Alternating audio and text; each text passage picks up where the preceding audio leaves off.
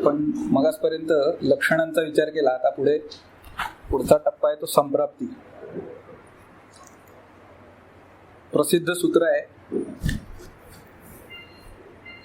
वायोर धातुक्षयात कोपो मार्गस्यावरणेन वा किंवा मार्गस्यावरणेन च, दोन पाडभेद आहेत. बऱ्याचदा असं होतं की एक व्यवहार होतो आणि तो चालू राहतो. बहुतेक वेळा आपण वातव्याधीचे दोन प्रकार म्हणले की एक धातुक्षयजन्य आणि दुसरा मार्गावरोधजन्य असा म्हणतो. पण एक सूक्ष्मसा बदल तुमच्या लक्षात आणून द्यायला पाहिजे मला, की ग्रंथांनी मार्गावरोधजन्य असं म्हणलेलं नाही, मार्ग आवरणजन्य म्हणलंय. एवढं जरा लक्षात ठेवा. आवरण आणि अवरोध या कल्पना जरा वेगळ्या आहेत. आवरण होणं म्हणजे त्याला काम करू न देणं, आवृत करायचा, अडथळा आणायचा त्याच्या कामामध्ये, पण त्याच्यामुळे पूर्ण काम बंद नाही पडत. अवरोधामध्ये कसं आहे की तुम्ही अटकच केली, धरूनच ठेवला, त्याला जाऊनच दिला नाही पुढे, हा अवरोध आहे. म्हणजे हा फरक आहे. दोन्हीच्या वेगवेगळ्या संप्राप्त्या आपल्याला मांडता येतात का नाही, आणि त्या कशा पद्धतीने त्याचं प्रेझेंटेशन कसं होऊ शकतं. सूत्र काय सांगितलंय, देहे स्रोतांशी रिक्तानी पूरयित्वा अनिलोबली करोति विविधान व्याधीन सर्वांग एकांग संश्रितान. तर ही संप्राप्ती जर बघितली तर ही धातुक्षयाकडे द्योतन करणारी संप्राप्ती आहे. रिक्त स्रोतसांमध्ये वायू हा पुरित होतो आणि व्याधी वेगवेगळे निर्माण करतो. तर त्या दृष्टीने त्याचं मांडणी करण्याचा प्रयत्न केलाय. अष्टांग हृदय निदानामध्ये या संप्राप्तीला आणि त्यांनी काही आयाम जोडलेत, म्हणून ती दोन्ही सूत्र एकत्र करून ती संप्राप्ती प्रेझेंट करण्याचा प्रयत्न केलाय. वाग्भट काय म्हणतायत की धातुक्षय करैहि वायु कुप्यती अतिनिषेवितैहि. म्हणजे धातुक्षय कर आहार विहारादींनी च्या अतिनिषेवणाने प्रकुपित झालेला वायू ही संप्राप्ती घडवून आणतो. चरण स्रोतोसु रिक्तेषु भृशम तान्येव पुरेन. शब्द फक्त वेगळे आहेत पण आशय तो चरकाचाच आहे.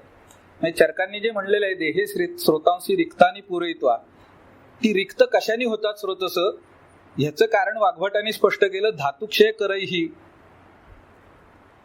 धातुक्षय कर आहार विहारादींनी, तिथे येणारा जो धातूंचा अंश आहे त्या स्रोतसांमध्ये तो कमी कमी होत जातो आणि त्याचा परिणाम म्हणून वायू वाढतो. अशी साधारणतः संप्राप्तीची मांडणी दोन्ही संहितांमधले संदर्भ जर एकत्र केले तर होऊ शकते, आणि त्या पद्धतीने ती मांडणी करण्याचा प्रयत्न केलाय. मार्गावरणजन्य संप्राप्ती वर्णन आलेलं नाही, पण एक अरुण दत्ताच्या टीकेतला आधार घेऊन ते मांडण्याचा मी याच्यात प्रयत्न केलाय. तिथं त्यांनी टीकामध्ये असं म्हणलेलं आहे, त्याच सूत्रावरची टीका आहे, धातुक्षय करे ही वायू वगैरे जे आहे ती, त्याच्याच टीकेमध्ये एक वाक्य अरुण दत्ताचं आलंय, त्याच्यावरून ही मांडण्याचा प्रयत्न केलाय संप्राप्ती. अरुण दत्त असं म्हणतायत की तथा तेभ्यः स्रोतोभ्यः अन्य दोष पूर्णेभ्यः आवरणं प्राप्य. बघा, त्यांनी सुद्धा अवरोध म्हणलं नाही तिथे, आवरणं प्राप्य. ही स्रोतस जेव्हा अन्य दोषांनी पुरित होतील आणि त्या दोषांचं आवरण वायूला येईल, त्यावेळेला आवरणजन्य संप्राप्ती जन्माला येते. म्हणजे धातुक्षय कर आहार विहारादींनी त्या स्रोतसांमधल्या धातूंचा शोष झाल्याने वायू प्रकुपित होणं ही धातुक्षयजन्य वातवेदीची संप्राप्ती, आणि तीच स्रोतस अन्य दोषांनी पुरित होणं आणि त्याच्यामुळे वायूला आवरण येणं, यांनी घडणारी संप्राप्ती आहे ती मार्गावरणजन्य संप्राप्ती आहे. हा दोन्हीतला फरक आहे, आणि हा फरक अरुण दत्ताच्या या एका टीकेतल्या अंशाचा आधार घेऊन मी स्पष्ट करण्याचा प्रयत्न केलाय की तथा तेभ्यः स्रोतोभ्यः अन्य दोष पूर्णेभ्यः आवरणं प्राप्य बली वायू एवं वा कुप्यती. विकल्प आहे, असा होईल किंवा तसा होईल. आता हे अन्य दोषांनी होणारं जे आवरण असतं त्याचं वर्णन करत असताना चक्रपाणींनी एक सूत्र सांगितलं. मी आवरण शिकवताना सूत्र, ह्या सूत्राच्या आधारे पहिले कन्सेप्ट मांडतो. ते असं म्हणतात की जेव्हा आवरण दोन प्रकारची सांगितलीत बघा, थोडंसं आपण तो विषय घेऊया आणि मग पुढे जाऊ. की मूर्त भावांचं वायूला बसणारं आवरण आहे आणि वाताच्याच 5 प्रकारांची एकमेकांना बसणारी आवरण आहे. असे ढोबळमानाने आवरणाचे 2 प्रकार समोर येतात. पहिला जो प्रकार आहे ज्याच्यामध्ये भावपदार्थाचं दोषाला वायूला होणारं आवरण, म्हणजे कफाचं असेल, पित्ताचं असेल, रसादी धातूंचं असेल. इथे परिस्थिती अशी होते, तिथे चक्रपाणींची टीकेमध्ये एक मार्गदर्शन सूत्र दिलंय त्यांनी, ते लक्षात घ्या, तुम्हाला आवरण समजायला सोपं पडेल. म्हणजे त्याचा आधी थेरॉटिकल अभ्यास करायला सोपं पडेल, मग तुम्ही त्या पद्धतीने क्लिनिकली पिक्चर दिसतंय का बघू शकता. चक्रपाणी असं म्हणतायत की वेग प्रतिबंधादेव कुपितो भवती. असा जेव्हा एका भावपदार्थ वायूला आवृत करतो तेव्हा तो कसा करतो, वायूच्या वेगाला प्रतिबंध करून करतो. वायूच्या कार्याचा पूर्ण नाश त्याच्यामध्ये होणं अपेक्षित नाही, पण वेग जो आहे, ज्या वेगाने त्या वायूला काम करणं अपेक्षित आहे त्या वेगाने तो करू शकत नाही, ही आवरणाची कन्सेप्ट आहे. आणि अन्योन्य आवरण जिथे होतात एका वायूचं दुसऱ्या वायूला, तिथं त्यांनी दुसरा कन्सेप्ट मांडली चक्रपाणींनी की गती हनन रूपम आवरणम उपपन्नम इव. हे टीकेमधलेच दाखले आहेत, जाऊन बघा, काढून बघा ते, की तिथे हनन कशाचं होतं, गतीचं होतं. कारण वायूचे 5 प्रकार आहेत ते विशिष्ट गतीने पडलेले प्रकार आहेत. प्राण वेगळ्या विशिष्ट गतीने काम करतोय, उदान वेगळ्या विशिष्ट गतीने काम करतोय, त्या गतींच्या वरूनच पडलेले प्रकार आहेत ते. त्या गतीचं हनन होणं हे त्या अन्योन्य आवरणाचं स्वरूप आहे. आणि भावपदार्थांनी होणारं जे आवरण आहे ते वेग प्रतिबंधाने होणारं आवरण आहे. असा एक साधारण फरक त्याच्यातला आहे. आणि तो इथे रिफ्लेक्ट होतो की ज्या वेळेला दोषदृष्टीकर आहार विहारांचं सेवन होईल त्या दोषांची दृष्टी होईल आणि ते दोष स्रोतस पूर्ण आपुरित करतील आणि वायूच्या वेगाला प्रतिबंध करायला लागतील. त्यावेळेला त्या वायूला त्याचं आवरण बसेल आणि मग तो वायू आवृत होईल, मार्गावरण होईल त्याचं, आणि त्यातून काही वातव्याधीच्या अवस्था समोर येतील. त्या मार्गावरणजन्य वातव्याधीच्या अवस्था असतील. समजते? अशी कन्सेप्ट मार्गावरणाची ग्रंथाची आहे आणि ती आपल्याला समजून घ्यायची आहे. याचं आणि एक उदाहरण आणि स्पष्ट होईल तुम्हाला, त्या दृष्टीने देतो. वातरक्ताची संप्राप्ती बघा, काय सूत्र आहे की वायू विवृद्ध क्रुद्धेन रक्तेन आवारितः पथी. जास्त स्पष्ट होतं कारण क्लिअरली मेन्शन केलेलं आहे. वायू विवृद्ध क्रुद्धेन रक्तेन. कशाने विवृद्ध? क्रुद्धेन रक्तेन विवृद्ध. दुष्ट रक्त आहे ते त्या स्रोतसांमधून वाहतंय, त्या स्रोतसामधून वाहणाऱ्या त्या दुष्ट रक्ताकडून वायू आवृत होतोय आणि विवृद्ध होतोय. स्वतःच्या कारणाने प्रकोपित झालेला वायू आहेच, पण त्याला या रक्ताने आवृत केल्यामुळे तो आणि प्रकोपित होतोय. सो वायू विवृद्ध क्रुद्धेन रक्तेन आवारितः पथी कृत्स्नम संदूषयेद रक्तम तज्ञेयम वातशोणितम. तर हा वायू काय करतोय, नंतर संपूर्ण रक्तदृष्टी घडवून आणतो. म्हणजे पहिल्यांदी स्वतःच्या कारणांनी होणारी वाताचा प्रकोप आणि रक्ताची दृष्टी आहे. आणि अशा प्रकारचे रक्त, दुष्ट रक्त आणि वात हे जेव्हा शरीरामध्ये गती करायला लागतायत, त्यावेळेला जेव्हा संपर्कात येत आहेत, त्यावेळेला या क्रुद्ध रक्ताकडून वायूचा पथ आवृत होतोय. आणि मग हा आवृत झालेला वायू काय आहे, तो प्रकोपित आहे, तो गप्प बसणारा नाही. तो त्या रक्ताची दृष्टी पूर्ण घडवून आणतो आणि ते वातशोणित आहे. म्हणून लक्षणामध्ये वातशोणिताच्या बरीचशी लक्षणं शूल सूचक लक्षण आहेत. म्हणजे आम्ही असं म्हणू शकतो का की प्रथमा रक्तदृष्टी आणि द्वितीय रक्तदृष्टी बघा आमच्या त्याच संप्राप्त्या असतील. हे या पद्धतीने मी का सांगतो तुम्हाला.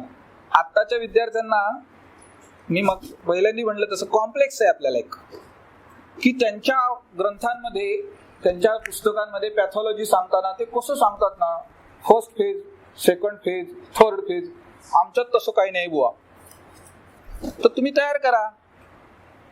त्यांनी सूत्रबद्ध रचना करण्याच्या दृष्टीने असं सांगितलं, तुम्ही ते लिहा ना. असं कुणी वाढवलंय की प्रथमा दोषदृष्टी आहे, वायूचा प्रकोप, रक्ताचे स्वतंत्र हेतू आहेत ते घडतायत, त्यांनी रक्ताची दृष्टी होतीये. ते ज्या वेळेला शरीरामध्ये गती करायला लागतात त्या क्रुद्ध रक्ताने वायूचा पथ आवृत होतो आणि हा वायू कृत्स्नम संदूषयेद रक्तम. अशीच संप्राप्तीच्या अवस्था स्टेप बाय स्टेप 1, 2, 3, 4 तुम्हाला आमवातामध्ये लावता येतात, प्रमेयामध्ये लावता येतात. या पद्धतीने प्रेझेंटेशन करा. कुणी अडवले म्हणजे कॉम्प्लेक्स कमी होईल. आमच्याकडे सांगितलंय. म्हणजे हे त्या पद्धतीने दिसत नाही, त्या पद्धतीने बघायला लागलात की दिसायला लागेल. तर ह्या पद्धतीने वायूच्या आवरणाची संप्राप्ती वेगळी मांडता येऊ शकते आणि धातुक्षयाची स्पष्टपणे सांगितलेली आहे. तर सूत्र म्हणून टीका वाचायच्या की त्यातनं आपल्याला हे लीड्स मिळत जातं. हे प्रेझेंटेशन ज्या वेळेला केलेलं आहे त्यावेळेला पर्यंत माझ्या डोक्यात हा विषय अशा पद्धतीने वेगळा मांडण्याचा नव्हता, पण हे वाचनात आलं आणि ते झालं तयार. म्हणजे एक सूत्र, एक वाक्य अरुण दत्ताचं चेंज घडवू शकतं. त्याच्यानंतर उपशय अनुपशय जिथं सांगितला नाही तिथं एक सूत्र ग्रंथकार सांगून गेलेले आहेत, ते म्हणजे निदानोक्ता अनुपशयो विपरीतोपशायिता. अष्टांग हृदय निदान अध्याय 2 ज्वर निदानात सांगितलेलं सूत्र आहे. आणि ज्वरातली सूत्र अधिकार सूत्र असतात. इतरत्र जिथं सांगितलं नाही तिथे लावायचं. निदानात सांगितलेल्या गोष्टी ज्या समोर येत असतील त्यांच्या सेवनाने अनुपशय आणि त्याच्या विपरीत गोष्टींनी उपशय. म्हणजे वातव्याधीचं निदान पंचक पूर्ण झालं. आता आपण चिकित्सेकडे जाऊया. निरुपस्तंभित वातव्याधीची चिकित्सा ही जास्त हायलाइट करण्याचा अशासाठी प्रयत्न केलाय की आजच्या काळामध्ये आपल्या समोर येणाऱ्या बऱ्याचशा क्लिनिकल कंडिशन्स या निरुपस्तंभित वाताच्या आहेत. ग्रंथ काय सांगतोय, साधारण चिकित्सा काय काय करायला पाहिजे ती इथं समोर तुमच्या आहे. वायुम सर्पी वसातैल मज्जपानही नरम तथा. या पहिल्या सूत्रातून एक गोष्ट समोर येते, महास्नेह वापरा, जे आजच्या काळामध्ये तेवढ्या प्रमाणात वापरात नाहीत. दुसरं एक सामान्य सूत्र वाताच्या संदर्भामध्ये आपण सगळे पहिल्या वर्षापासून शिकत आलेलो, वाचत आलेलो की शरीरजानाम दोषाणाम क्रमेण परमौषधम बस्तिर विरेको ओमनम तथा तैलम घृतम मधु. चरकानी विमानस्थानामध्ये पहिल्या अध्यायामध्ये सांगताना सांगितलं की तैलम वातम जयती सततम अभ्यस्यमानम. सततम अभ्यस्यमानम वातम जयती. चक्रपाणींनी फार उद्बोधक टीका केली त्याच्यावरती. चक्रपाणींचं म्हणणं असं आहे की हे कधी होईल तैलम वातम जयती, यदा तैलम वातात अधिकम भवती तदा जयती. हे लक्षात घ्या, तुम्हाला वातव्याधीची चिकित्सा कळेल. आणि काहीच लक्षात घ्यायची गरज नाहीये. केरळला आपण पछाडू शकतो सहजपणे, फक्त तेल वापरताना कंजूसी करायची नाही. रादर स्नेहच कुठलाही वापरताना कंजूसी करायची नाही. आणि अपोजिट केस आता आहे, लोकांच्या जेवणातून, खाण्यातून, पिण्यातून, बोलण्यातून स्नेह हद्दपार झालेला आहे. Replace it. फक्त एवढंच करायचंय, रिप्लेस इट. तो द्यायला लागा, चिकित्सा झाली. आणि वेगळी काही चिकित्सा करायची गरज नाहीये. आणि चारही स्नेह मुबलक प्रमाणात वापरा. हे सूत्र लक्षात ठेवायचे की तैलम वातात अधिकम भवती तदा वातम जयती. शरीरामध्ये वातापेक्षा तेलाची मात्रा ही जास्त व्हायला हवी. काय म्हणून 100 ml ची बाटली 15 दिवस मी रोज अभ्यंग करतो. केरळने यश काय मिळवलंय ते लक्षात घ्या. आणि हे खरंच आवश्यक आहे बघणं आपल्याला. एका आठवड्याच्या पिळीचिलच्या उपचारासाठी हे लोक 4.5 ते 5 लिटर तेल वापरतात. का रिझल्ट आहेत? आपल्याकडे लगेच घासाघीस सुरू होते. एवढं वापरायचं, कमीत नाही का होणार?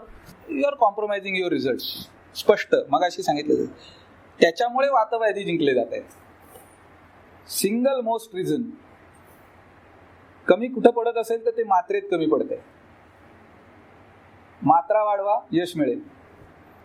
त्यामुळे पहिलं म्हणजे हे लक्षात घ्यायचं की स्नेह प्रचूर प्रमाणात वापरायला लागणार आहे, कारण तो आहारातही नाही आहे आता. घृत आणि क्षीर हे 2 नित्य सेवनातले स्निग्ध पदार्थ आहेत. त्यांचं वर्णन आपल्याकडे इतक्या ठिकाणी केलं आणि आज हे 2 पदार्थ जेवणामध्ये नसतात, आहारामध्ये नाहीत. आग्र्य संग्रहामध्ये क्षीर घृताभ्यासोही रसायनानाम आग्र्यम सांगितलं. घृत, क्षीर आणि शर्करा सर्वेषां वृद्धी बृहणम सांगितलं. घृत क्षीर तैल रस सात्म्या हा हे प्रवर सात्म्य म्हणून सांगितले. आणि फलश्रुती चरक सांगतात ते आयुष्मंत हा बलवंतश्च भवंती. चौथा रेफरन्स सांगतो, जे आता जाता जाता आठवत आहेत तिथले 4 आहेत. आचार रसायन काढा, शेवट काय होतो, नित्यम क्षीर घृताशीन. हा आता मला सांगा, ज्यांच्या सेवनामध्ये हे पदार्थ आतापर्यंत नाहीत आणि ज्यांना वातव्याधी झालाय त्यांना आम्हाला ह्याचा किती डबल ट्रिबल मल्टिपल डोस द्यावे लागतील सांगा मला. इथं कमी पडू नका. मुख्य पहिलं सूत्रच आहे की स्नेह वापरताना कमी पडायचं नाही. त्यांनी आजपर्यंत वापरलेलंच नाही एवढा बॅकलॉग भरायचा आहे त्याचा. काय तर जोरदार मारा सुरू करा आणि मग रिझल्ट कसे येतात ते बघा. आणि विविध अंगांनी त्याच्यावरती पुढे येतो. तेव्हा हे पहिले 4ही स्नेह वापरायचे. त्यांच्या अवस्था स्नेहविधी अध्यायामध्ये खूप स्पष्टपणे सांगितलेल्या असतात. मोर स्पेसिफिकली तशा वापरल्या तर चांगलंच. म्हणजे ग्रंथी नाडी कृमी श्लेष्म मेदो मारुत रोगीषु तैलम लाघव दारड्यार्थी क्रूर कोष्ठेषु देहिषु, ही तेलाची अवस्था आहे. तत्रधी स्मृती मेधाग्नी कांक्षिणाम शस्यते घृतम. वाता तपाद व भारस्त्री व्यायामा सत्तचिंतका वृद्धबाला बलकृषा वृक्षा क्षीणाश्र रेत 6 शेषौ. म्हणजे उरलेले 2 आहेत ते वसा म्हणत्या. किती अवस्था तुमच्या समोर येतील त्या बघा. ह्या ग्रंथोक्त इंडिकेशन्स आहेत. वसा तू संध्यस्थी मर्मकोष्ठ रुजासुच तथा दग्धा हतभ्रष्ट योनिकर्ण शिरोरुजी. हे वाचल्यानंतर असं होतं की असं पाहण्यात आमच्याकडून आलाय का की एखादी स्त्री रोगवैद्य योनी रुजेसाठी वसा वापरते. ग्रंथांनी सांगितलं कर्णरुजेसाठी वसा. अहो तेल नाही घालू देत. तेल घालू देतात का बघा. आणि कर्णरुजेसाठी वसा आमच्याकडे आली, शिरोरुजेसाठी आली. तर ह्या इंडिकेशन्स वापरून बघायला पाहिजेत ना. त्या इंडिकेशन मध्ये ते वापरलं पाहिजे. बरं, रुजाच वर्णन केली आहे. स्नेह आणि रुजा यांचाच संबंध घातलाय. मग आमचा दृष्टीने स्नेह पेनकिलर आहे का नाही आहे. नाही वातात विनाशूलम आणि स्नेहात वातम शमयती. म्हणजे सगळ्यात टॉपमोस्ट वेदनाशामक आयुर्वेदाच्या दृष्टीने असेल तर स्नेह. तर ते 4ही स्नेह अपेक्षित आहेत. तेलाचा वापर आहे. घृताचा अभ्यंतर जास्त करून होतो, पण वसा मज्जेचा वापरायला हवा. स्वतः तयार करणं शक्य नसेल आता कंपनीचे वापरा. महास्नेह केरळच्या कंपन्यांचा मिळतो. तोच पाठ थोडा मॉडिफाय करून किंवा त्याचंच नाव दुसरं देऊन पंचस्नेह म्हणून नागार्जुनवाले मार्केट करतात. त्याचा वापर सुरू करा, रिझल्ट वाढतील. आणि ते बाह्याभ्यंतर प्रयोग आहेत, फक्त बाह्य प्रयोगात नाही. आणि इतर त्याच्यामध्ये पयःपान, स्नेहयुक्त संयुक्त युष, क्षीरपान हे करायला लावलं पाहिजे. ते होत नाही. वाताला जर जिंकायचं असेल तर हे गरजेचं आहे. त्याशिवाय चिकित्सा होणार नाही तुमची. अनुवासन, नावन, तर्पण, अन्न या सगळ्या स्वरूपामध्ये स्नेहाचा प्राचुर्याने वापर हे अपेक्षित काम आहे. याच्यामध्ये मुख्यत्वे करून जी चिकित्सा डॉमिनेट करते वातव्याधीच्या सगळ्या चिकित्सेला ती म्हणजे स्नेहस्वेद. वातस्योपक्रम स्नेहा हा स्वेद हा पहिलीच गोष्ट आहे. चरकांनी या चिकित्सा स्थानामध्ये मोड ऑफ ऍक्शन सांगितली. त्याची काय करतं स्नेह आणि स्वेदन वातव्याधीच्या संदर्भामध्ये स्पष्ट केलं. स्नेहाक्तम स्मिन्नम अंगंतु वक्रम स्तब्धम अथापिवा. वाकडं झालेलं किंवा स्तब्ध झालेलं अंग हे स्नेहाक्त आणि स्विन्न अंग जर असेल केलं तर ते दूर होऊ शकतं. याचा सुरुवातीच्या काळामध्ये घेतलेला एक अनुभव सांगतो.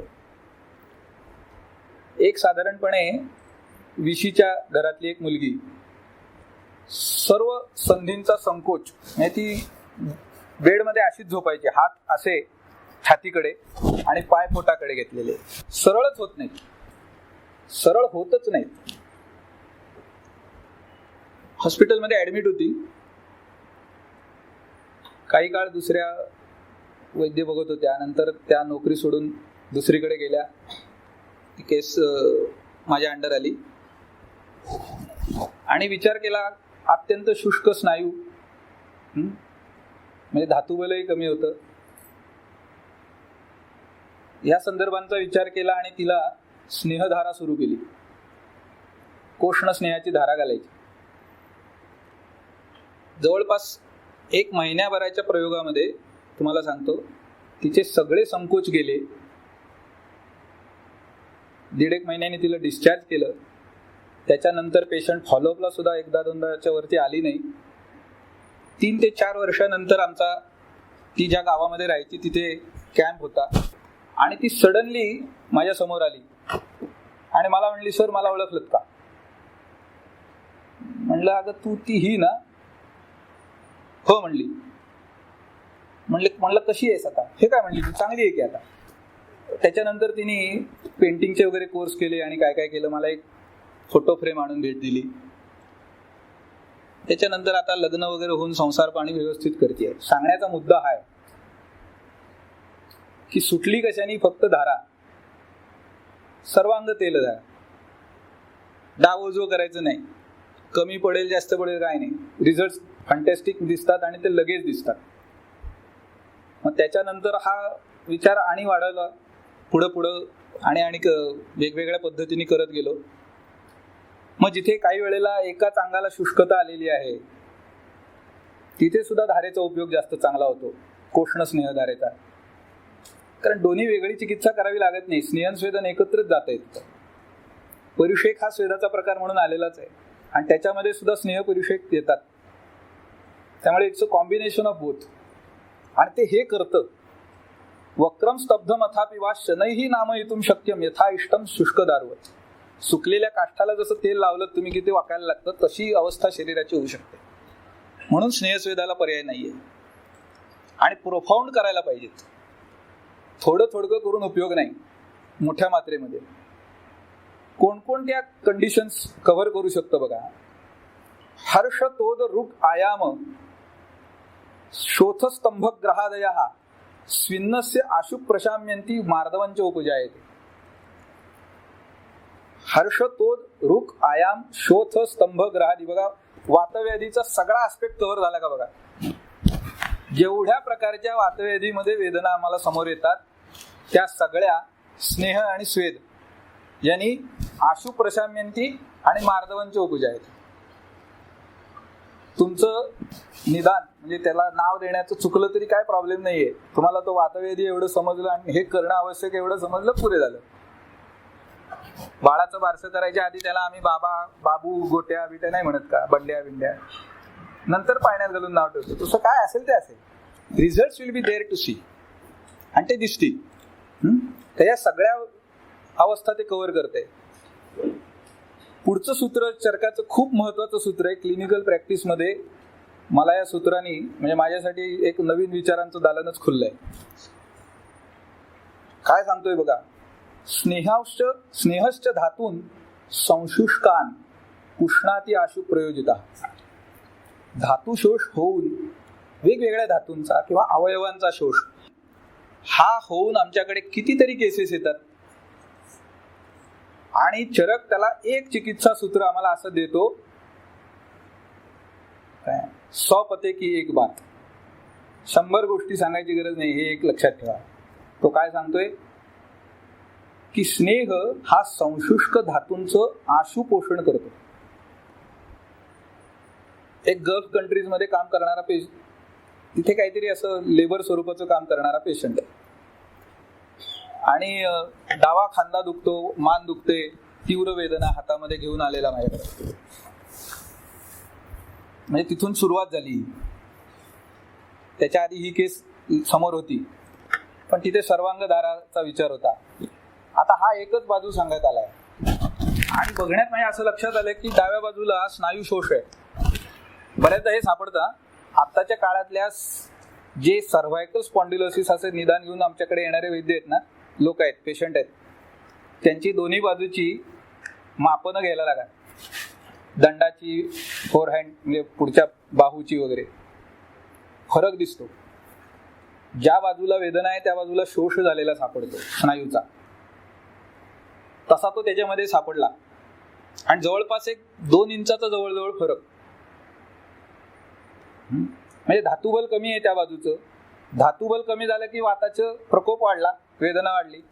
मग विचार काय, चिकित्सेचा स्नेह, त्याला स्नेहधारा सुरू केली आणि एक आठवड्याभराच्या आतच त्याचं वेदना गेली. महिनाभर होता तिकडे, तोपर्यंत तो स्नायू शोषही भरून आला. म्हणजे ह्या सूत्राचं मला आविष्करण दिसलं की पुष्णाती आशु प्रयोजिता, तो स्नायू शोष ह्या स्नेहानेच भरून काढला. महामास तेलाची धारा होती त्याला. नंतर तो जाऊन पुन्हा आपलं त्याचं काम करायला लागला. 1-1.5 वर्षांनी मावशी होती त्याची एक, तिथं राहायची, तिच्याबरोबर मला निरोप पाठवला.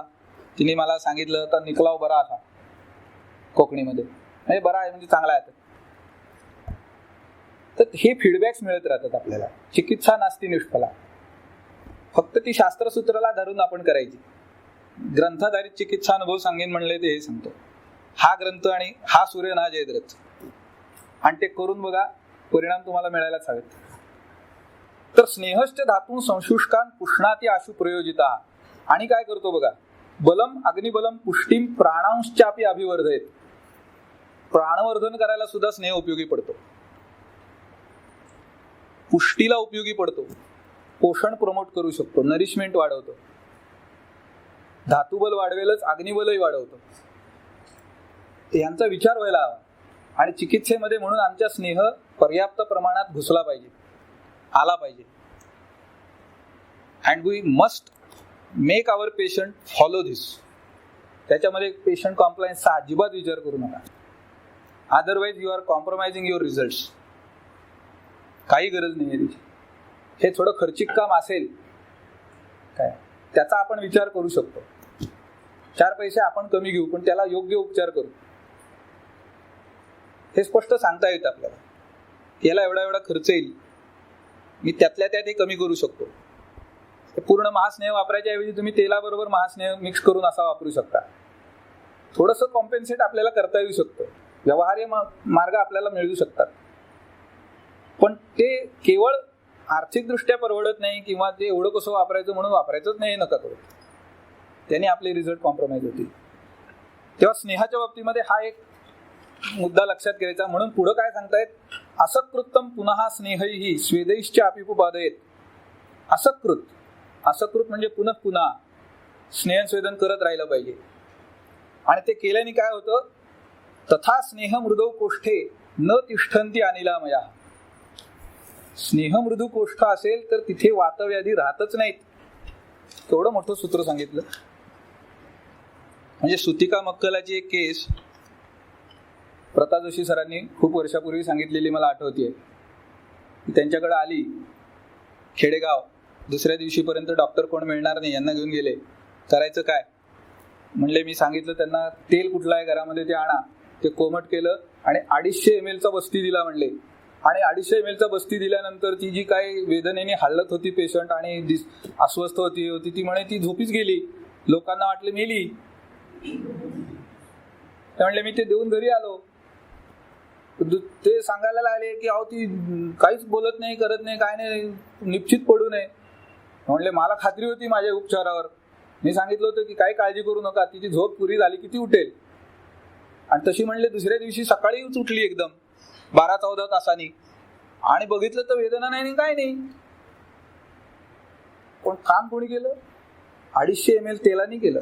आता तिथं जर चाचरत बसले असते, 50 देऊन बघू पहिल्यांदी, मग 80 करू, मग 120 करू, उपयोग होणार आहे का सांगा मला. दमादमाने तो वाद नाही जिंकला जाणार. एकच घालायला पाहिजे त्याच्यावर. अँड विषय संपला. काय तर ते व्हायला हवं. म्हणजे म्हणून मात्रेचा विचार त्या संदर्भात करा. दोष जेवढा प्रबल असेल तेवढी मात्रा प्रबल पाहिजे. भेषज मात्रा खलू व्याधी आतुर बलापेक्षिणी.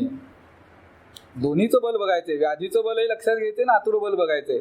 आणि त्याप्रमाणे जास्त कमी करायची. एकच एक रिजिडिटी कुठं आलेली नाही आपल्याकडे, एवढी म्हणजे एवढी द्यायचीच, असं कुठंच आलेलं नाहीये. उलट आमचे ग्रंथकार आपल्याला केवढा फ्री हँड देतात. तस्मात सत्यपी निर्देशे कुर्यादुह्यम स्वयं दिया. असं चरकांनी सांगून टाकलं. सगळा ग्रंथ लिहिल्यावरती कोण माणूस असा मोठेपण दाखवेल मला सांगा आजच्या काळामध्ये? सांगतील की मी हे सांगितलंय पण तू तुझ्या बुद्धीने काय ते करू बाबा. केवढं मोठेपण आहे मनाचं. तर आम्हाला ठरवायचे प्राप्त परिस्थितीत काय करायचंय, तर तिथं मात्रेत कमी पडायचं नाही. म्हणून सामान्य चिकित्सा सूत्र पुढे जाऊन सांगितलं, सर्पिस्तैल वसा मज्ज स्नेह सेकाभ्यंजन वस्तय हा समिंगप केलंय स्निग्धा स्वेदा निवातंच स्थानम प्रावरणानीच रसा पयांसी भोज्यानी स्वादू अम्ल लवणानीच ब्रुवणम यच्च तत्सर्वम. हे सूत्रही लक्षात घ्यायचं. ब्रुवणम यच्च तत्सर्वम प्रशस्तम वातरोगिणाम. ब्रुवणात कमी पडायचं नाही. एकांतिक लंघन वातव्याधीला सहन होणार नाही.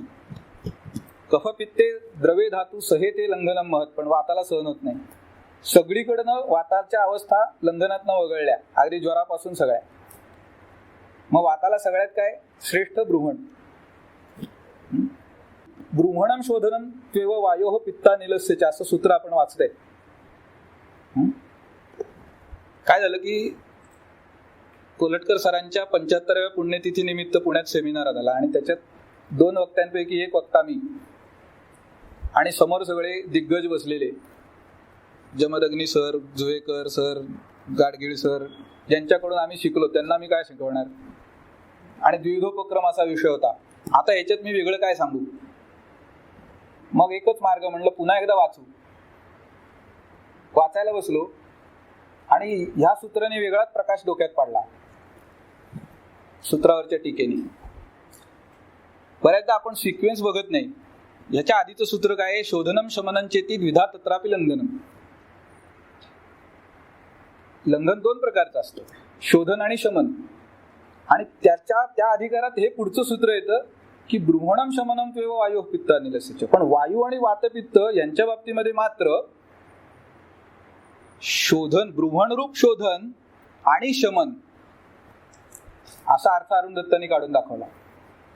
आणि तो असं म्हणतो की ब्रुवणम एव शोधनम तत्र क्षीरादिही. म्हणजे वातप्रधान अवस्थेमध्ये शोधन सुद्धा करायचे ते क्षीरादींनी करायचं. तुम्हाला घृत वापरायचं असेल तर विरेचे घृत वापरा.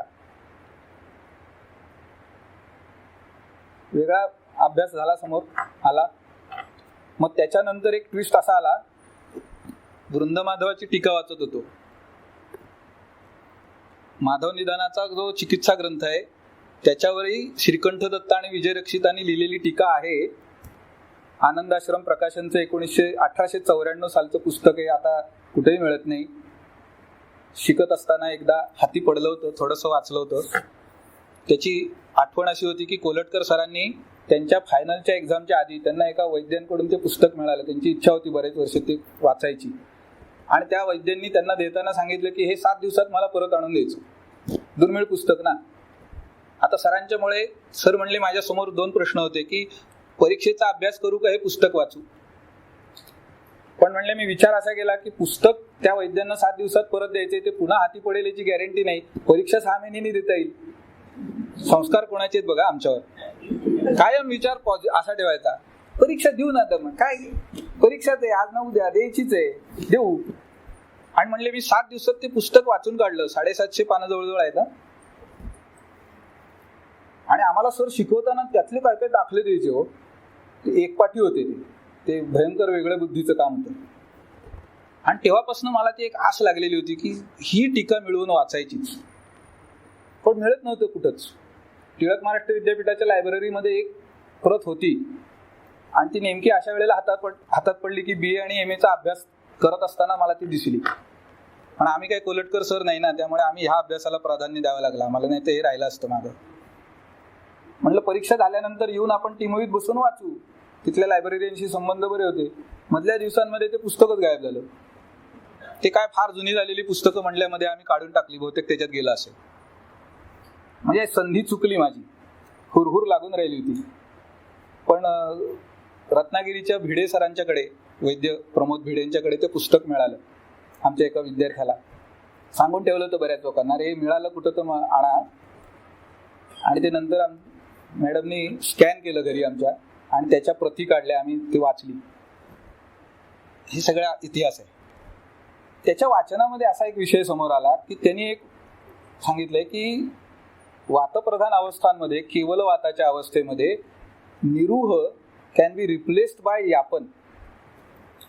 यापनाचे जेवढे पाठ आहेत ते बघा, 12 यापन बस्ती सांगितले चरकांनी, सगळ्यामध्ये दूध आणि मांसरस हे येतात ना.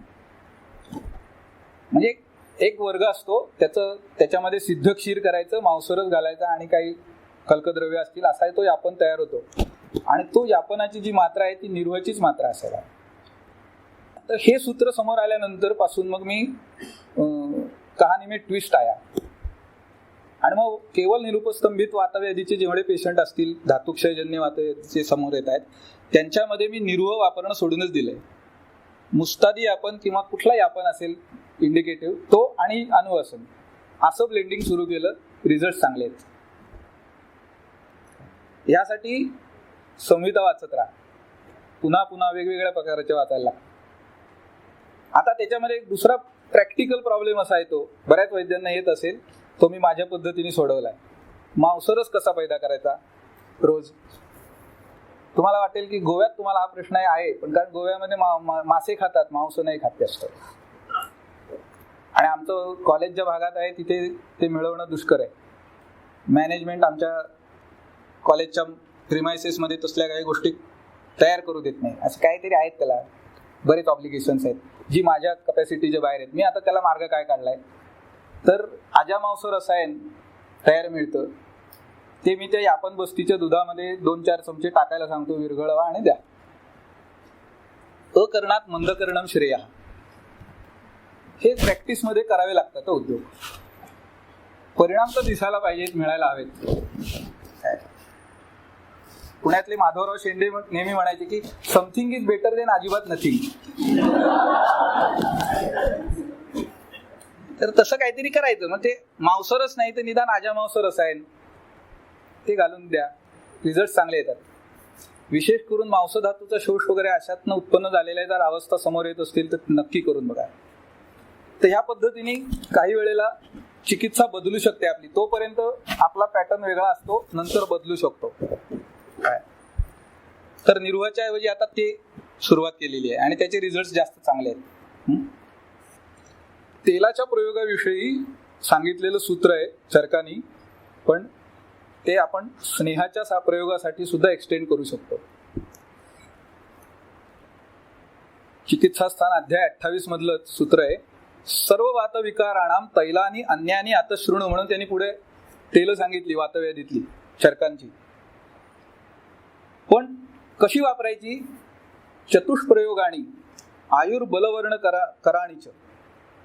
चतुष्प्रयोग म्हणजे कुठले. पान अभ्यंजन नस्य अनुवासन योगिनी. म्हणजे आपण जे कुठलं तेल वापरणार आहोत ते फक्त अभ्यंग स्वरूपात नाही, या 4ही प्रकारे प्रयोग करायचा.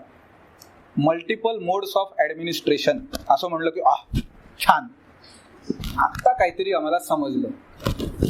हे तुम्ही चतुष्प्रयोग काय म्हणत होता ते आतापर्यंत काय बाबा त्याची टोटल लागत नव्हती, कारण इंग्लिशचा पगडा आहे आपल्यावरती. मल्टिपल मोड्स ऑफ ऍडमिनिस्ट्रेशन म्हणलं की वा छान, काहीतरी तेच असतं वेगळंच. काय आपल्यामध्ये तो बनेलपणा नाहीये. फार स्वच्छ सात्विक माणसं होत आपण. सकाळी सरांनी आपलं कौतुक केलंय, खरं आहे तसं. आपल्या कुठल्या ग्रंथामध्ये असं लिहिलंय का हो, exact etiology is not non.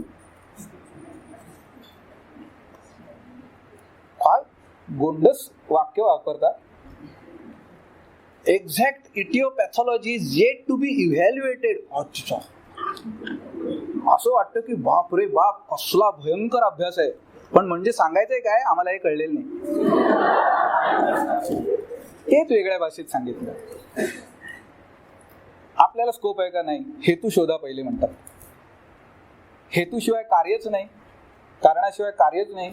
आमची गोची करून ठेवली आहे कार्यकारणवाद सांगून. आम्हाला नाही म्हणायला येत. आयुर्वेदामध्ये तुम्ही कल्पना तरी करू शकाल का इडिओपॅथिक डिसीजची अख्खी कॅटेगरी तयार केली आहे. इडिओपॅथिक, थोडस त्याचं प्रोनाउन्सिएशन बदलायचं. इडिओपॅथिक हे इडिओपॅथिक नाही आहे, ते इडिओपॅथिक आहे. समजत नाहीये. परवा माझ्याकडे केस आली होती, असंच डायग्नोसिस. पॉलिन्युरोपॅथी होती त्याला, पण त्याला हे सफिक्स जोडून पाठवला होता, अनआयडेंटिफाईड इटिओलॉजिकल, हे कळलेलं नाही. लक्षण आपली ही वातव्याधीच्या ह्याच्यातलीच होती. एक विशिष्ट लक्षण त्याच्या समोर आलं लक्षात बघा, की डाव्या हाताचीच फक्त बोट ही अशी सरळ होत नाही, अशी आहेत. आता पुन्हा म्हणलं तसं की इन्व्हेस्टिगेशन डाव्याच हाताची का झाली, उजव्याची का नाही झाली? बाकी लक्षणं सार्वधैविक आहेत. क्लोनिंग मात्र, संकोच जो आहे तो डाव्या हाताला फक्त अंगुलींचा का? चौकशी करता करता माझ्या असं लक्षात आलं की तो पेशंट जो होता तो पोस्टमन म्हणून काम करत होता. काय काय तपास लागतात काय कळत नाही. पोस्टमन म्हणून काम करायचा, सायकल वापरायला लागायची. ज्यांनी सायकली पूर्वी काळच्या वापरलेल्या आहेत आडव्या हँडलच्या, आताच्या नाही, आताच्या रेसर सायकली आल्यात, काय त्या सायकलींचे जे ब्रेक असायचे ते असे असायचे, खालनं वर वापर, आणि बहुतेक वेळा डावाच ब्रेक लावायचा असायचा. उजवा फार कमी वेळा लागतच नसायचा, उजवा नसायचा सुद्धा बऱ्याचदा. ज्यांनी सायकली चालवल्यात त्यांना माहितीये, डावा ब्रेक हा मागच्या चाकाचा, पुढचा शक्यतो लावायचा नाही, तो पलटी मारायची शक्यता, आणि बहुतेक वेळा नसायचाच म्हणूनही लावायचा नाही. तर हा जास्त वापरला जातोय. स्थानसंशय कुठे आणि का होतात ते लक्षात घ्या, म्हणून तिकडच झाला. इकडे हँडलच धरतोय, जास्त प्रेशर नाही, इकडे असं प्रेशर आहे, सारखे हलवावे लागतायत, ब्रेक मारावा लागतोय. आता मला सांगा, ह्या इटिओपॅथॉलॉजीचा कोण विचार करेल आयुर्वेदवाला सोडून? हे किडे आपल्यालाच आहेत काय. आणि ते शोधलं, त्याची चिकित्सा झाली, बोटं सुटली, पेशंट ठणठणीत बरा आहे. जी काय न्यूरोपॅथीची साईन आली होती ती पण गेली.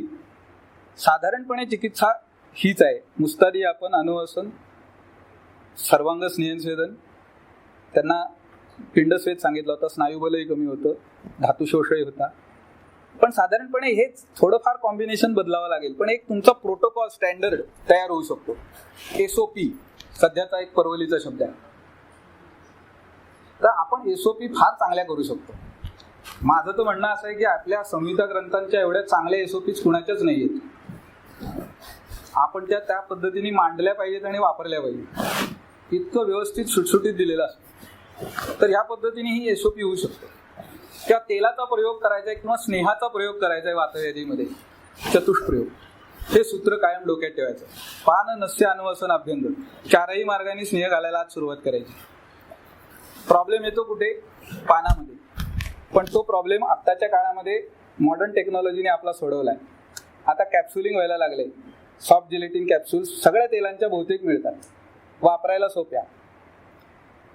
एरंड तेलाची सुद्धा कॅप्सूल बाजारात आली आहे, कॅस्ट्रोलॅक्स म्हणून, आणि मी त्याचा एक वेगळा विचित्र उपयोग करून बघितलाय, फलवर्ती म्हणून वापरली आहे. उपयोग होतो. एकाच्या तिथं 2 घालावे लागतात, पण एक 2-4 दिवसात बऱ्याचशा म्हाताऱ्या लोकांच्या मधले तीव्र मलावरोध कमी होताना दिसतात. कारण ॲग्रेसिव्ह बस्ती बिस्ती देण्यासारखी प्रत्येक वेळी परिस्थिती नसते, नर्सिंग करायला कोणी नसतं. आपल्याकडे सोपे आणि असे उपाय पण पाहिजेत. तर तो करून बघितला आम्ही आणि यशस्वी झाला. लहान मुलामध्ये आधी केला होता, कारण त्यांना तर ते फार अवघड ना काम, घट्ट व्हायला लागली की. त्यांच्यात उपशय मिळाला म्हटल्यानंतर बाल्य आणि वृद्ध साधारण रेप्लिकाच आहे. मग तिथे वापरायला सुरुवात केली. तर हे कॅप्सुलिंग होत असल्यामुळे इतकं सोपं झालंय ना आपल्याला आता, की काय फार तोशीच नाहीये. पान हे सहज शक्य आहे. नस्य करत असताना मी थोडंसं समअप करतो, प्रत्येक स्लाइड प्रमाणे जात नाही, म्हणजे आपल्याला मला विषय जो मांडायचा आहे तो पूर्ण करता येईल. नस्याच्या बाबतीमध्ये सुद्धा असं करा, लक्षात घ्या की मात्रा, तेल वात जेवढा जास्त प्रकोपित आहे तेवढी माझी मात्रा जास्त पाहिजे ना. मग आम्ही ग्रंथाला चिकटूनच बसायला पाहिजे असं आहे की मर्शम नस्याची मात्रा ग्रंथांनी सांगितली असेल 6, 8, 10 बिंदू, त्याच्या पलीकडे जाऊ नये. वात जास्त प्रकोपित असेल तर जावं का नाही जावं? संग्रहकार एका ठिकाणी म्हणतायत बघा की न शास्त्र मात्र शरण हा नच अनालोचित आगम हा. वैद्याचा अप्रोच काय असायला पाहिजे? केवळ शास्त्र म्हणूनच शरण जाऊन राहायचं असंही नाही आणि शास्त्र वाचलंच नाही मी माझ्या डोक्यानेच काय ते करणार असंही नाही. दोनही टोकाला जायचं नाही, मध्यम मार्ग. तर तो मध्यम मार्ग आहे की परिस्थितीप्रमाणे मात्रा निश्चित करा. मी साधारणपणे 16 बिंदूपर्यंत एका वेळेला मात्रा वापरतो. मग आता त्याच्यामध्ये एखादं तेल त्याचं इंडिकेटेड असेल, ते महामाश असेल, क्षीरबला असेल, बला असेल, त्याच्यामध्ये महास्नेह 12 बिंदू ते 4 बिंदू महास्नेहाचे वगैरे अशा पद्धतीने तुम्ही ते कॉम्बाईन करू शकता. पण तेवढ्या प्रमाणामध्ये ते केलं पाहिजे आणि ते स्थानिक स्नेहस्पद पूर्वकच करायचं. बस्तीच्या बाबतीमध्ये सुद्धा कटाक्ष ठेवा की स्थानिक स्नेहस्वेद केल्याशिवाय बस्ती द्यायचा नाही. तो अनुवसन असो, मात्रा असो, नाहीतर निरू असो. आणि त्याला एक आणि दुसरा विचार जो मी वापरून बघितलेला आहे, तो एका वैद्यांच्याकडून प्राप्त झाला. वैद्य मधुरा कसबेकर म्हणून पुण्यातल्या आहेत, विलास नानल सरांच्या शिष्या. त्या माणसं म्हणत, त्यांनी एका आमच्या इथं बस्तीचा कॅम्प घेतला होता कॉलेजला. त्यावेळेला त्यांनी हा सांगितला आणि मी तो वापरून बघितला नंतर आणि रिझल्ट चांगले आले की उदरपृष्ठ कटी स्नेहस्वेदन आपण करतो बस्तीच्या आधी स्थानिक म्हणून. त्यांचं म्हणणं असं होतं की त्याच्याबरोबर ज्या ठिकाणी वेदना आहेत, म्हणजे उद्या समजा एखाद्या पेशंटमध्ये उभय जानुसंधी असेल, एखाद्यामध्ये उभय अंशसंधी असेल किंवा मन्याशूल असेल, तर तिथेही स्नेहस्वेदन करा आणि मग बस्ती द्या. तर मिळणारे रिझल्ट हे जास्त चांगले असतात. करून बघा. हे क्लिनिकल प्रॅक्टिसमधले वेगवेगळे विषय असतात, करून बघायचे. रिझल्ट येतात का नाही ते तुम्हाला समजेल. पण स्नेहस्वेदाशिवाय द्यायचा नाही. तेव्हा नस्याची सुद्धा मात्रा वाढली पाहिजे. त्या वृंदमाधवाच्या टीकेमध्ये त्यांनी 32 बिंदूपर्यंत सुद्धा तो गेलेला आहे. वैद्य माधवराव शेंडेंनी सांगितलेली एक केस होती, शिकत असताना मी ऐकली होती, त्याचा नंतर मला पडताळा मिळाला. त्यांच्याकडे एक ट्रायजेमिनल न्यूरॅल्जियाची पेशंट आली. लक्षणं काय नाही म्हणले, तीव्र शिरशूल एका बाजूला, डोकं भिंतीवर आपटून घ्यावं की काय वगैरे असं वाटते. म्हणले आपल्याकडे काय नाही वातात विनाशूलम, आणि वाताचे शमन कशाने होणार? तेलाने. बरं आता डोकं दुखतंय म्हणजे घालायचं कुठं? नाकात. माधवराव शेंडे हे एक अजब रसायन होतं. म्हणजे अवघड गणित सोपं कसं करून सांगायचं ना, हे त्यांनाच जमायचं. ते इतकं सहजपणे सांगायचे असं. मग म्हणले तेल, बरं मात्रा किती धरायची? काय ठरवलं नाही म्हणले मी. तेल कोमट करून घेतलं, पेशंटला झोपवलं जरा स्थानिक स्नेहस्वेदन करून आणि धार धरली नाकात. बरोबर म्हणलं थांबलात कधी? पेन थांबलाय असं कोणी सांगितल्यावर थांबलो.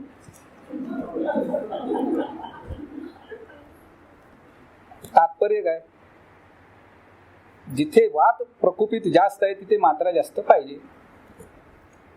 याचा पडताळा कधी मिळाला? आमच्याकडे एक केस आली, गोव्यातली मूळ रहिवासी, असा तीव्र शूल घेऊन आली. तिचंही मॉडर्नचं निदान होतं ट्रायजेमिनल न्यूरॅल्जिया.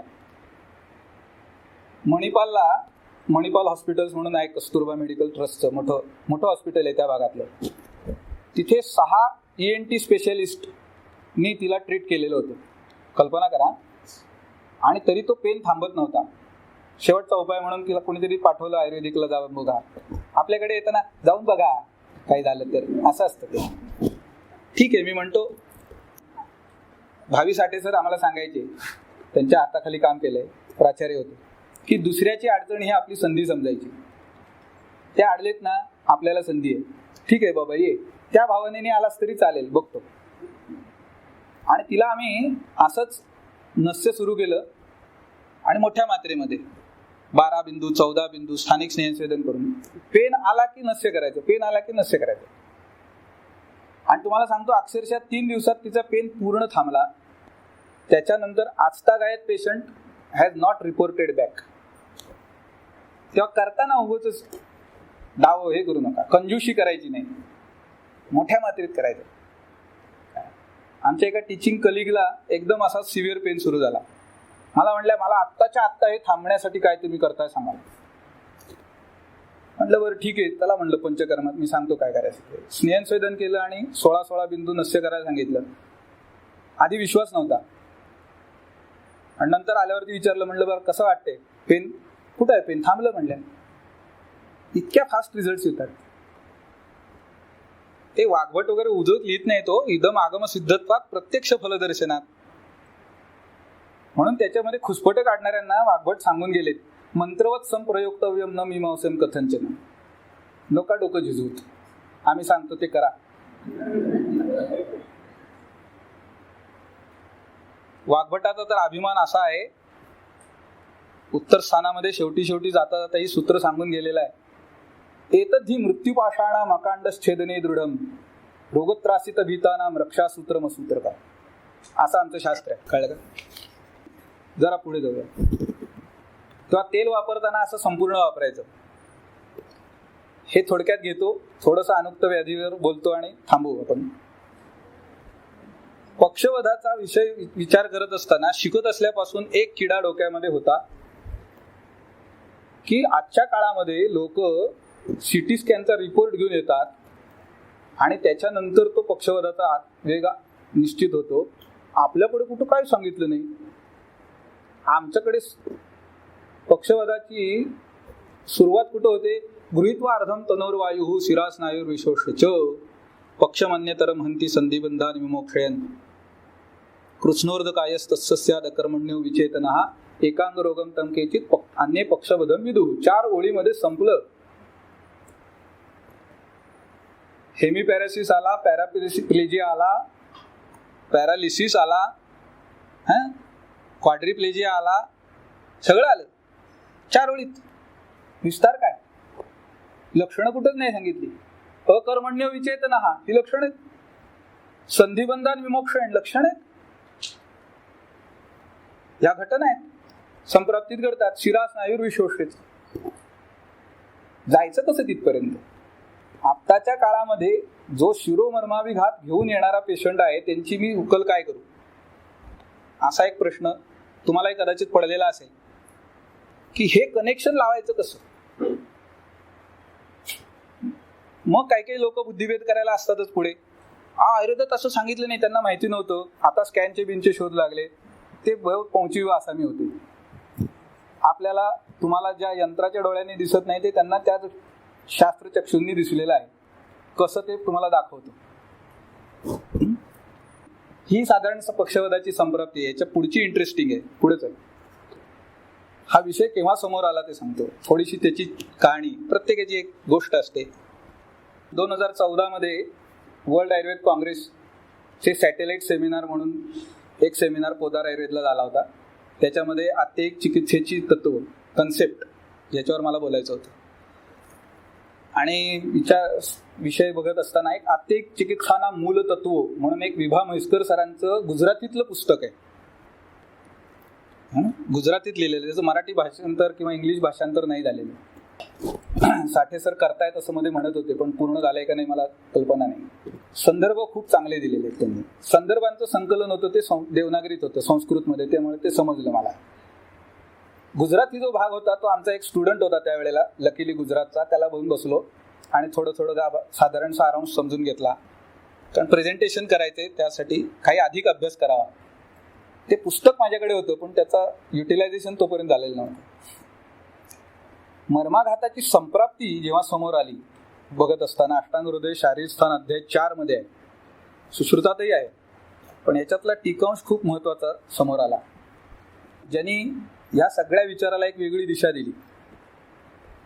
ही संप्राप्ती काय आहे बघा, त्याचं मी हे प्रेझेंटेशन अशा स्वरूपात केले. मूळ सूत्र सांगताना चतुर्धोक्ता हा शिरा असतो. आपल्याकडे 4 प्रकारच्या शिरा सांगितल्या: वातवह, पित्तवह, श्लेष्मवह आणि रक्तवह. प्रत्येकी 175 आहेत, एकूण संख्या 700. हा विभाग आपल्याला माहिती असतो. मर्माच्या संदर्भामध्ये असं सांगतात की ह्या सगळ्या शिरा, त्या 4ही सगळ्या मर्मांच्या मध्ये या 4ही प्रकारच्या शिरा एकत्र येतात. आणि त्या शिरांचं काम काय? तर्पयंती सदा देहम, देहाचं तर्पण करणं, त्याला पोषण पोचवणं, हे त्या शिरांचं कार्य आहे. ह्या शिरांची इंडिव्हिज्युअल कार्य सुश्रुतांनी शिरावर्ण विभक्ती शरीरामध्ये वर्णन केलेली, ती एकदा वाचून बघा. ती वाचलीत की तुम्हाला आपल्या पद्धतीने पक्षवधाची सगळी सिम्पटोमॅटॉलॉजी सांगता येते आणि ती तशीच्या तशी मॉडर्न प्रमाणे दाखवता येते. कारण तिथे त्यांनी असं म्हणलेलं आहे की क्रियाणाम अप्रतिघातम अमोहम बुद्धिकर्मणाम वातवह शिरांचं कार्य. पक्षवधामध्ये क्रियांचा प्रतिघात झालेला दिसतो. जेव्हा आपण असं म्हणतोय की पक्षमन्यतरम हंती संधिबंधान विमोक्षयेन आणि कृत्स्न हा अर्धक काय हा तस्य स्यात् अकर्मण्यो विचेतना, अकर्मण्य होतात, अर्धी काय किंवा पूर्ण काय, विचेतन होते, सुप्ती येते, हालचाल होत नाही, स्पर्शाज्ञान नसतं. ही काय आहेत लक्षणं? म्हणजे वातवह शिरा बाधित झाल्याची लक्षणं आहेत. बुद्धिकर्माचा मोह निर्माण होतो, पेशंट ओरिएंटेड नसतो, ओरल ऑर्डर्सना रिस्पॉन्ड करत नाही. हे सगळं मॉडर्न न्यूरोलॉजी घ्या आणि ही लक्षणं घ्या, तसंच्या तसं लागतं का नाही बघा. आपल्याला या पद्धतीने शिकवलं जात नाहीये, दाखवलं जात नाहीये, म्हणून तो न्यूनगंड आहे. आमच्यात हे नाही, सगळं आहे. बघण्याची दृष्टी डेव्हलप करा, हे बघायला लागा, वाचायला लागा. त्या चारही प्रकारच्या शिरांची कार्य एकत्र केलीत की तुम्हाला आत्ताच्या काळामध्ये पक्षवधाची जेवढी सिम्पटमॅटॉलॉजी येते ती सगळीच्या सगळी लक्षणं दिसतील. त्या खोलात मी आत्ता जात नाही, कारण तो आपला सांप्रत विषय नाही. शारीर या विषयावरती मी चातुर्मास बोलू शकतो, एवढा शारीराचा मला प्रेम आहे काय, आणि खूप इंटरेस्टिंग विषय आहे. आपलं शरीर समजलं तर आपल्याला आयुर्वेद वेगळ्या पद्धतीने समजेल. तर त्याच्यामध्ये तो पुढे काय सांगतोय बघा, की ह्या शिरांचा वेध जेव्हा होतो त्या फुटतात, तर क्षतात, त्यांचा क्षत झाला, ब्रेकिंग झालं. काय होतं हिमरेजमध्ये? इंट्राक्रेनियल हिमरेज होतं, तेव्हा वाहिनी फुटते. सामान्य लोकांची कल्पना तीच नाही, मेंदूतली शिर तुटली. तेच सांगितलंय. होतं काय? क्षतज कोण? रक्त. त्याची काय होते? अत्यर्थ निसृती होते, ते बाहेर पडतं. रक्तपित्तात कशी संप्राप्ती होते नाही, तशीच संप्राप्ती इकडे होणार आहे की ते रक्त बाहेर पडतं. बरं, झाल्यानंतर काय होतं? त्याच्यामुळे इतर धातूंचाही संक्षय होतो. रक्ताचा एकदा क्षय झाला, कारण ते जीवन कार्य करणार आहे, त्याचा परिणाम रिफ्लेक्शन बाकीच्या धातूंवर जातं. चक्र इथे अरुण दत्तांनी टीका अशी केली की त्याच्यामुळे मांसधात्वादींचाही अपचय होतो. आणि हे झाल्यानंतर मग ती संप्राप्ती पुढे गेल्यावर त्यांनी होणार काय? वायू प्रकोपित होतो तिथे, कारण रक्ताचा क्षय झाला, त्याचा क्षय झाला की वात प्रकोपित होतो. वात प्रकोप झाल्यानंतर तो काय करतो? तो पित्ताचं उदिरण करतो. ते केल्यानंतर भ्रम, मोह, मूर्छादिक लक्षणं येतात. अशी सगळी संप्राप्ती इथं वर्णन केली आहे. आता ही संप्राप्ती आणि त्याच्यामध्ये शेवटी जाता जाता अरुण दत्तांनी, मी जे म्हणलं ना मगाशी, त्यांना सिटी स्कॅनचं मशीन नसताना दिसलेलं आहे. ते काय दिसलंय ते बघा. मी वाक्य वाचतो, तुम्हाला असा लख प्रकाश पडेल की अरे कसं कळलं असेल याला. त्रिकाल ज्ञानी होते की काय, कुठलं चष्मा लावून बसलाय, काय म्हणतायत बघा. तद अयम अर्थ हा, तो त्या सगळ्या संप्राप्तीचं समिंग अप करतायत चक्र अरुण दत्त. मर्माभिघाते रक्तवाहिनीनाम शिराणाम मुख विकासो जायते. सिरेब्रो व्हासोडायलेशन, आमचा शब्द चोरला, सांगितलंय का नाही बघा. माझ्या पदरचं काही नाही, संहिता आहे. अष्टांग हृदय शारीर अध्याय 4 मर्माघाताची संप्राप्ती हे शेवटचं सूत्र आहे. त्याच्यावरची अरुण दत्ताची टीका आहे. फक्त त्यांनी या सूत्राचं पेटंट घेतलं नाही म्हणून बेटा त्रासात आहे. किती स्पष्टपणे सांगितलं की शिरांचा मुखविकास होतो, विकसन होतं, डायलेटेशन होतं, आणि म्हणूनच स्ट्रोक येतात ना. काय वेगळं आहे हो?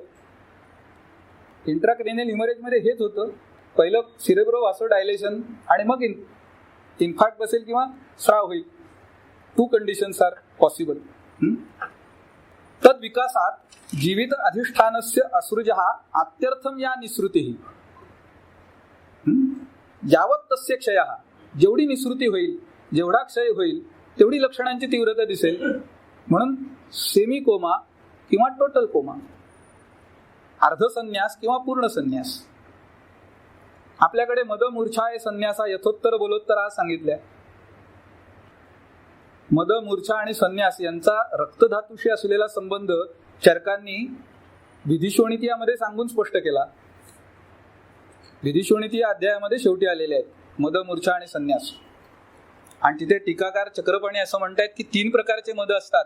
एक विषज मद, दुसरा मदात्यज मद आणि तिसरा शोणितज मद. त्या मदाचा विचार करा.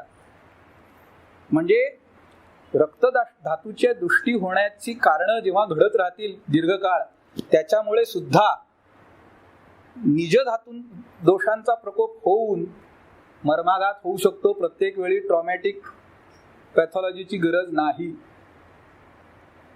निज हेतूंनी सुद्धा होऊ शकतो. सिद्धिस्थान अध्याय 9 चरक संहिता, त्याच्यामध्ये त्यांनी ह्याचं स्पष्ट वर्णन केलेलं आहे की मर्माणी रक्षेत, कुठून? बाह्याघातात वातादिभ्यश्च. मर्मांचं रक्षण दोन्हीपासून करावं, बाह्याघातापासून आणि वातादींपासून. ही संप्राप्ती जास्त विस्ताराने मला आता वेळेच्या अभावी घेता आलेली नाहीये, पण तिथे मी ती खूप विस्ताराने मांडली होती. माझं कौतुक म्हणून सांगत नाहीये, पण एक चांगली घटना म्हणून. वैद्य नरेंद्र गुजराथी, जळगावचे, बऱ्याच लोकांना माहिती असतील, खूप सिनियर वैद्य आहेत. त्यांनी त्यांचं नंतर प्रस्तुती होती, मला स्टेजवर बोलवून 100 रुपये बक्षीस दिलं. मुद्दा 100 रुपयाचा नाही, माझ्या अंगात जे काय बळ आलं होतं, 12 हत्तीचं बळ आल्यासारखं, की एवढ्या मोठ्या माणसाला जेव्हा आपण संतुष्ट करतो ना, तो आनंद खूप वेगळा असतो. तर ते ह्या संप्राप्तीचं मुळे त्यांना असं वाटलं की नाही, ते म्हणले मी इतकी चांगली मर्माघाताची संप्राप्तीच ऐकली नव्हती. मग आता ही संप्राप्ती आम्ही जेव्हा लक्षात घेऊ त्यावेळेला, आणि शिरोमर्माच्या अभिघाताची लक्षणं बघा, मर्माच्या अभिघाताची सामान्य लक्षणं बघा, त्याच्याशी या सगळ्या गोष्टी रिलेट करा. मगाशी सांगितलं त्या वातादी वह चारही शिरांची कार्य रिलेट करा, आणि मग तुमची पक्षाघाताची सिम्पटोमॅटॉलॉजी लिहून काढा. तुमचं घाताची बद्दलची असलेली समजूत ही निश्चित बदलेल, एवढं मी खात्रीने सांगतो. आणि त्याच्यामुळे चिकित्सेतही फरक पडेल. मग शोणिताची श्रुती जेव्हा होते तिथे, म्हणजे हिमरेजिक हे बघू म्हणून आपण, ती जी अवस्था आहे, रक्ताची अतिवृत्ती झाली. आमच्याकडे वैद्य प्रमोद भिडे सरांचं एक लेक्चर झालं होतं. ते म्हणले मी अशा अवस्थेमध्ये हेमगर्भ आणि नाक्येश्वर हा योग वापरतो. आणि म्हणले मला याच्या मागचं कारण विचारू नका, हा माझ्या डोक्यात आला, मी वापरला, बऱ्याच लोकांना उपयोग झाला, ते कोमातनं बाहेर आले, तुम्ही वापरून बघा पाहिजे तर. आणि लकीली मला पुढच्याच आठवड्यामध्ये एक कोमातली केस आली माझ्याकडे. जीएमसीतनं 4 दिवसातच आयुर्वेदाकडे आलेली केस. कारण त्यांनी सांगितलं होतं होप्स नाहीत काय, कारण काय मिळेना त्यांना. मानस हेतू हे त्याचं कारण होतं. त्या बाईंचा नवरा त्यांच्या सोसायटीचा सेक्रेटरी होता, आणि काहीतरी सोसायटीमध्ये इश्यू झाला, आणि त्याच्यावरनं त्यांचं भांडण झालं. त्याचा शॉक या बाईंनी घेतला, आणि त्यात प्रेशर वगैरे वाढून आणि एकदम डायरेक्ट हिमरेज येऊन कोमात गेल्या. अशी ती थोडक्यात हिस्ट्री. आणि लगेचच्या आठवड्यात ही केस आली, आणि हा अनुभव ताजा होता सांगितलेला, हेमगर्भ नाक्येश्वर. मी म्हणलं वापरून बघूया, आणि तो वापरायला सुरुवात केली. कारण त्या अवस्थेमध्ये बाकीची कर्म करायला काही चान्स नव्हता जास्त, कारण रुग्ण संज्ञेत नव्हता. संज्ञा प्रबोधन आधी व्हायला हवं, मग आपण बाकीची चिकित्सा करू शकतो. तर तेव्हा ही रक्ताची अतिवृत्ती जी आहे होणारी, त्याच्यामध्ये सुश्रुतांनी 14व्या अध्यायामध्ये शोणित विज्ञानी याच्या अतिप्रवृत्त रक्ताची लक्षणं सांगितली. त्याच्यात मगाशी मी उल्लेख केला तसं पक्षाघात आलेला आहे. आणि त्याची चिकित्सा सांगत असताना काकोल्याधिक वात वापरलाय, तो मी तयार करून घेतला, आणि त्याच्याबरोबर हा योग सुरू केला, हेमगर्भ नाक्येश्वर. आणि तुम्हाला सांगतो 4 ते 5 दिवसामध्ये पेशंट कोमातनं बाहेर आली. मग नंतर रुटीन आपली चिकित्सा पक्षवधाची सगळी जी आहे ती सुरू केली. 15-20 दिवसात तिला डिस्चार्ज केला. आजतागायत पेशंट चांगली आहे. विचार वेगळा असतो, परिणाम वेगळे दिसतात. मग नंतर त्या हेमगर्भ नाक्येश्वराचा विचार सुरू झाला. त्याच्यावर वेगळं बोलावं लागेल, एक लेक्चर होऊ शकतं की का द्यायचं, कसं काम करत असेल. हेमगर्भ आपण तसाही बऱ्याचदा वापरतो अशा अत्यंत तीव्र अवस्थांमध्ये, पण तो काम कसं करत असेल याच्याविषयी मर्माघाताच्या संदर्भात काही वेगळे विचार मी केलेले आहेत. सांप्रत तो आत्ता मुद्दा नाही आपला, म्हणून मी जास्त खोलात त्याच्या जात नाही, पण तो योग वापरून बघा. साधारणपणे हेमगर्भ एका डोसला 15 मिलीग्रॅम, जास्तीत जास्त 10 ते 15 मिलीग्रॅम, आणि 125 मिलीग्रॅम नाक्येश्वर असं वापरून बघितलेलं आहे. आणि 1 किंवा 2 डोस. आणि याचं आश्चर्य असं तुम्हाला सांगतो की रक्ताचं इतर ठिकाणी आलेलं स्कंदत्व सुद्धा गेल्याचे काही केसेस माझ्याकडे झालेले आहेत. एका बाईंच्या कॅरोटिड आर्टरीमध्ये 100% ब्लॉक होता. 12 दिवसाच्या या योगानंतर त्यांनीच कॅरोटिड डॉपलर केली आणि तो क्लिअर झाला म्हणून सांगितलं. आपण नाही, एन्डॉर्समेंट तिकडूनच येईल. तर हे होऊ शकतं. साधा योग आहे. हेमगर्भ वेगळ्या अर्थाने वापरता येऊ शकतो आपल्याला. आणि नागकेशर पण अस्सल पाहिजे, नकली नको, तिथं कॉम्प्रोमाइज नको.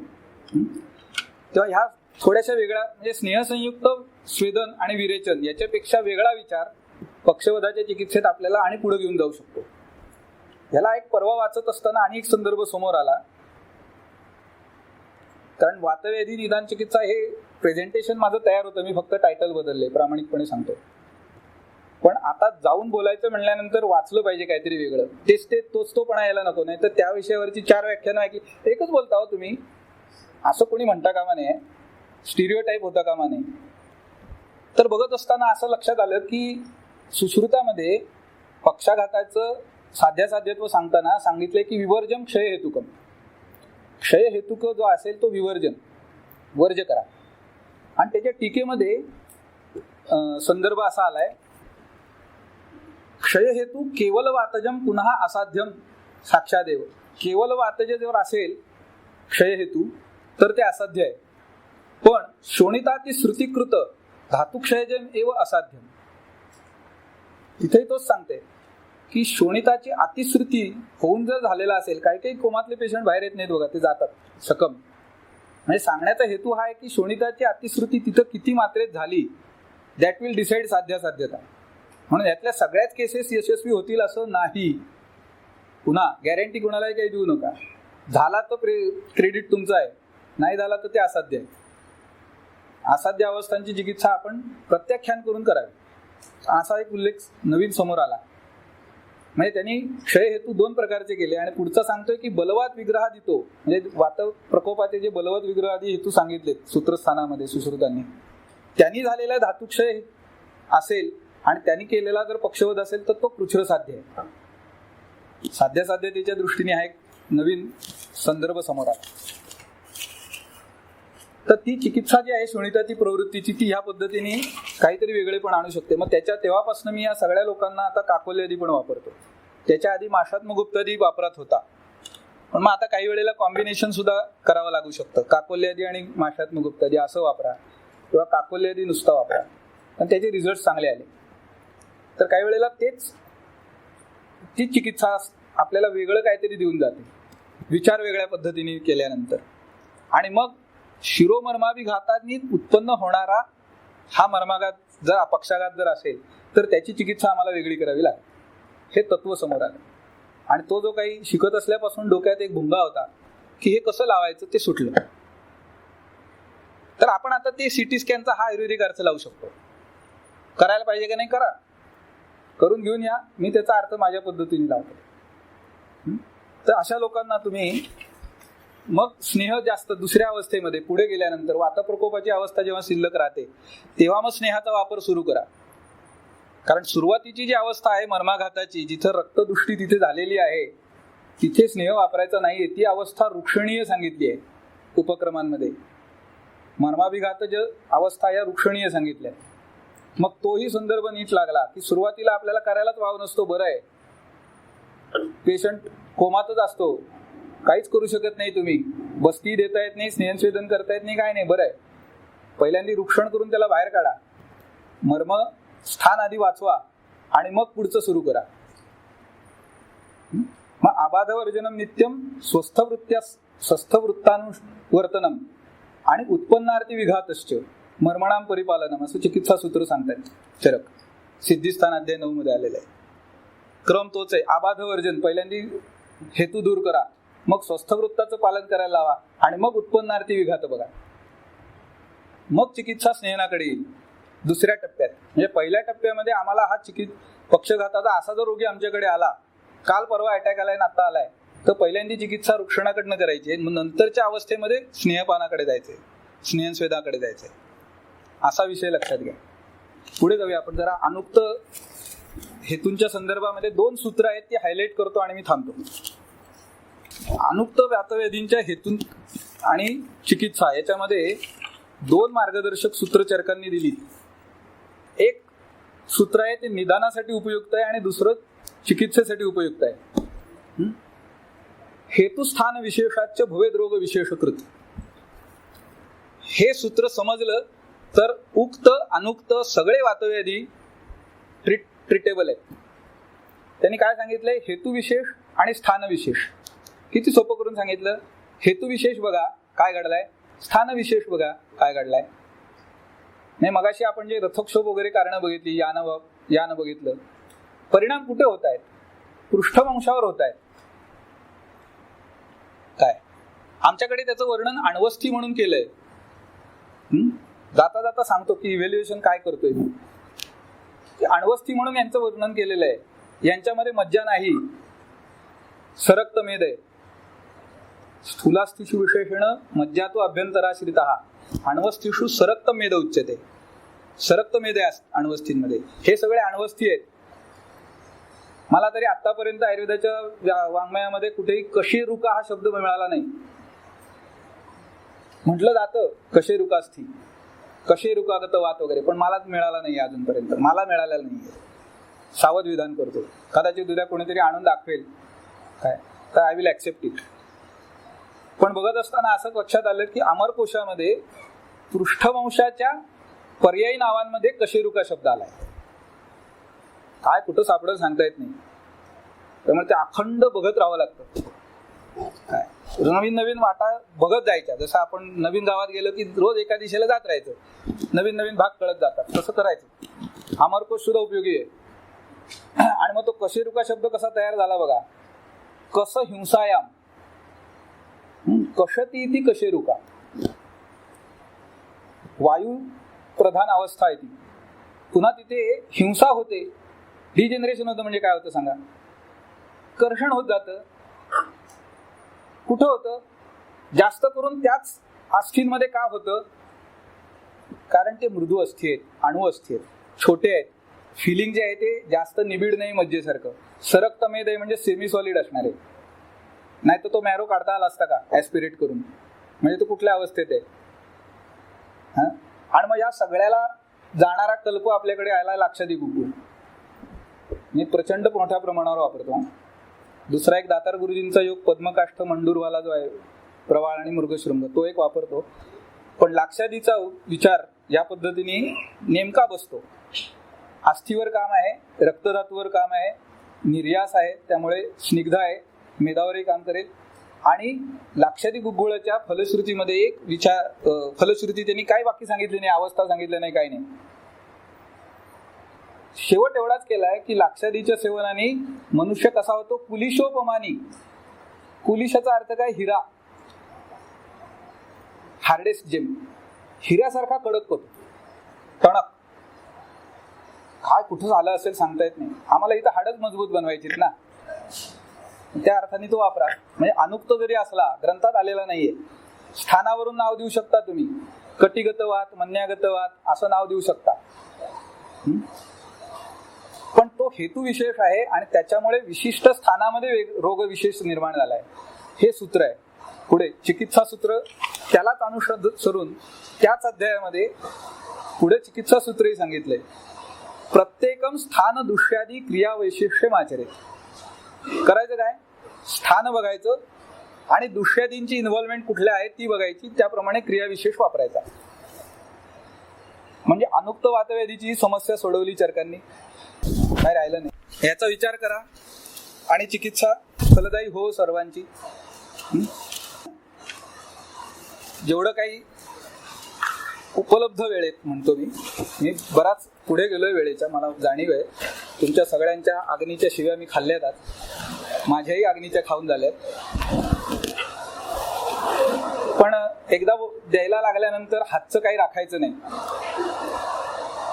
म्हणजे विंदा करंदीकरांच्या कवितेचा वेगळा अर्थ मी नेहमी सांगतो की देणाऱ्याने देत जावे, घेणाऱ्याने घेत जावे, आणि देता देता एक दिवस देणाऱ्याचे हात घ्यावे. तर लोक देणाऱ्याचे हात घ्यावे याचा सोयीस्कर अर्थ देणाऱ्याचे हात घ्यावे असा करतात. त्याला ओढून न्यावं आपल्याकडे, तुझ्याकडे भरपूर आहे ना, इकडे चल बस, तसा अर्थ त्याचा नाहीये. तर घेता घेता एक दिवस आपल्याकडे देणाऱ्याचे हात आले पाहिजेत, आपण देतो झालं पाहिजे. म्हणून मी म्हणलं की अध्यापन हा त्यातला सगळ्यात मोठा चांगला मार्ग आहे. आणि एक शेवटचं संतवचन सांगतो आणि मी आपली रजा घेतो. सामर्थ्य आहे चळवळीचे, जो जो करील तयाचे, हे आपल्या सगळ्यांना माहिती आहे. परंतु तेथे भगवंताचे अधिष्ठान पाहिजे. आपलं काम हे आपला भगवंत असायला पाहिजे. आपल्या शास्त्रासाठी समर्पण हे आपल्यासाठी देव आहे. त्या वृत्तीने जर आम्ही काम करत राहिलो तर आम्हाला असाध्य अशक्य काही नाही. म्हणून आयुर्वेद आहे तो मुमकिन आहे. मला इथं बोलण्याची संधी दिल्याबद्दल आयोजकांचे आभार. पुन्हा येण्याची संधी मिळाली तर मी जरूर येईन.